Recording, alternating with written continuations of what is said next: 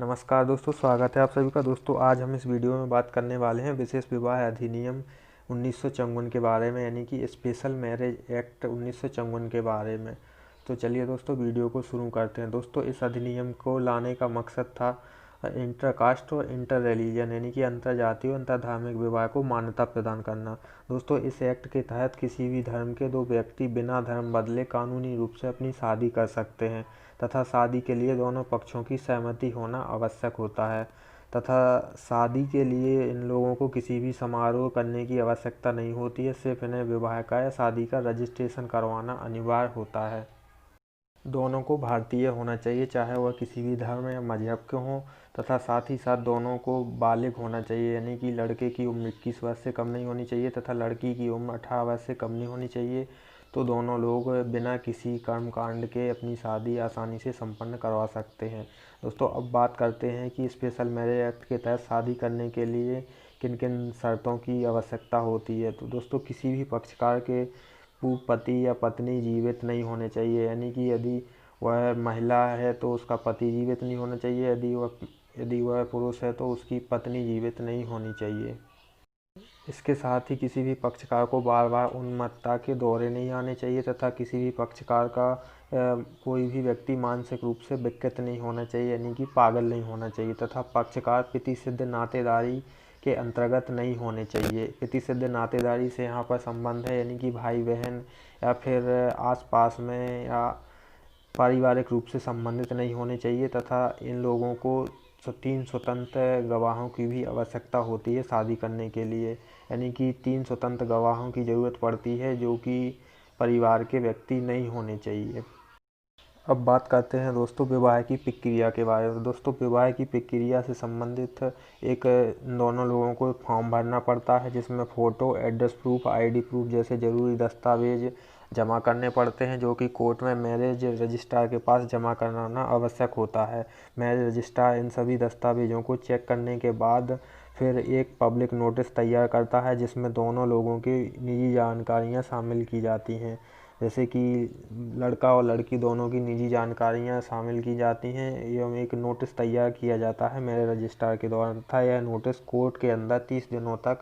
चिपकाया जाता है तथा नोटिस पर आपत्तियां भी रजिस्ट्रार के द्वारा आमंत्रित की जाती हैं। यदि आपत्तियां नहीं आती हैं तो तय तारीख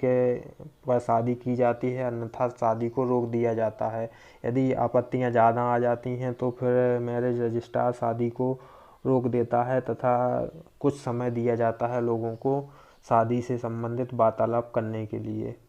बात करते हैं कि इस स्पेशल मैरिज एक्ट को लेकर लोगों को क्या क्या आपत्तियां हैं। तो दोस्तों कुछ याचिकाकर्ताओं को कहना है कि इससे संवैधानिक अधिकारों का हनन करता है यह एक्ट, यानी कि जैसे दोनों लोगों की निजी जानकारियां साझा कर दी जाती हैं, यानी राइट टू प्राइवेसी का उल्लंघन करता है यह एक्ट। साथ ही साथ इस एक्ट की सेक्शन 6(2) के तहत पब्लिक नोटिस का प्रावधान है, जिसके अंतर्गत लोगों की निजता के अधिकार का उल्लंघन होता है, यानी कि उनकी राइट टू प्राइवेसी का उल्लंघन होता है। साथ ही साथ यह दूसरे लोगों को दूसरे धर्म में विवाह करने के लिए हतोत्साहित करता है तथा जो नोटिस दिया जाता है उस नोटिस की 30 दिन की अवधि होती है। कभी कभी मैरिज रजिस्ट्रार के पास कुछ ऐसी आपत्तियां आ जाती हैं जिसके माध्यम से कुछ लोगों का कहना होता है कि यह दिमागी रूप से पागल है या दिमागी रूप से स्वस्थ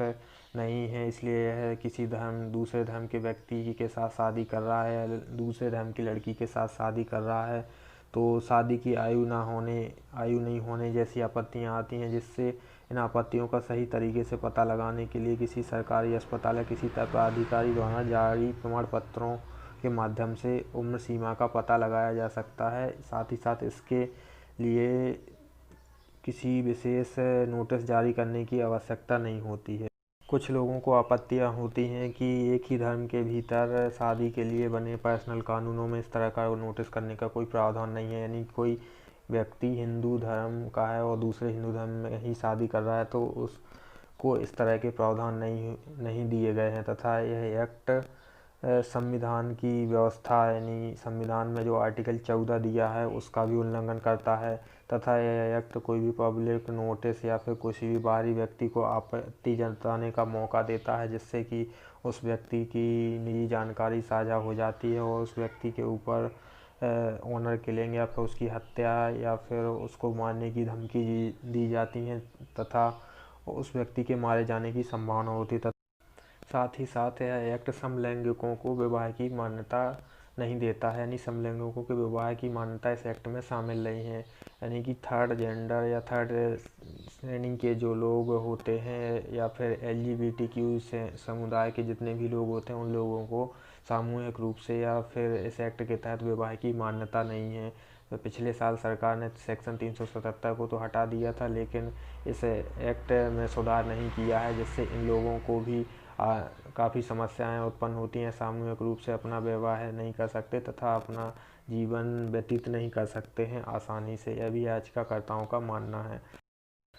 जब से भारत में अंतरधार्मिक विवाह शुरू हुआ है, तब से इसे एक अलग तरीके से देखने की प्रवृत्ति लोगों के अंदर चालू हो गई है या ये प्रवृत्ति बढ़ गई है, जिसे लोग लव जिहाद का नाम देते हैं। लव जिहाद या घर वापसी का नाम देकर लोग माहौल को भड़काने या फिर सांप्रदायिक रूप से दंगे भड़काने की कोशिश करते हैं या सांप्रदायिक रंग देने की कोशिश करते हैं। साथ ही साथ इस कानून में कुछ ऐसी खामियां भी हैं, जिसकी वजह से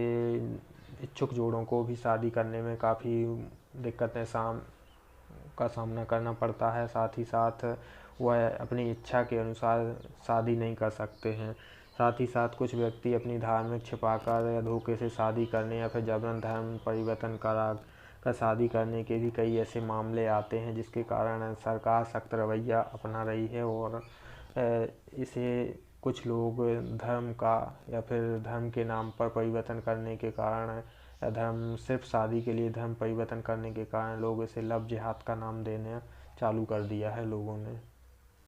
अब बात करते हैं दोस्तों कि आगे की स्थिति क्या होगी। तो दोस्तों, इस एक्ट को लेकर कई सारी आपत्तियां उठ रही हैं, जिसके ऊपर विशेष रूप से गंभीरतापूर्वक विचार किया जाना चाहिए तथा इससे जुड़े संबंधित जितने भी मुद्दे या दिशा निर्देश हैं, इन पर संबंधित गाइडलाइन या फिर शर्तें या नियम सुप्रीम कोर्ट को लागू करने चाहिए तथा स्पेशल मैरिज एक्ट के तहत शादी करने वाले जोड़ों के लिए कानून में कुछ सेफगार्ड उपलब्ध करना चाहिए, यानी उन्हें कुछ विशेष प्रावधान दिए जाने चाहिए सुप्रीम कोर्ट की तरफ से। तथा साथ ही साथ जबरन धर्मांतरण या फिर धर्म परिवर्तन करने वाले या धर्म परिवर्तन का दबाव करने वाले लोगों के खिलाफ सख्त रवैया अपनाया जाना चाहिए तथा जिन लोगों के साथ धोखा हुआ है या जो पीड़ित लोग हैं, उन लोगों को कानूनी सहायता प्रदान की जानी चाहिए और साथ ही साथ उन लोगों के पुनर्वास के लिए भी कोशिशें की जानी चाहिए और यूनिफॉर्म सिविल कोड की ओर आगे बढ़ने की दिशा में कुछ सख्त कदम उठाए जाने चाहिए तथा सुप्रीम कोर्ट के द्वारा ऐसे लोगों के लिए ज़रूरी गाइडलाइंस जारी की जानी चाहिए। तो दोस्तों, आपको वीडियो कैसा लगा कमेंट करके ज़रूर बताएं। साथ ही साथ वीडियो को और लोगों के साथ भी शेयर करें जिन लोगों को इस विषय में जानकारी नहीं है तथा जो बिना मतलब के लव जिहाद का एंगल ढूंढते हैं इस अधिनियम के तहत शादी करने से संबंधित व्यक्ति में।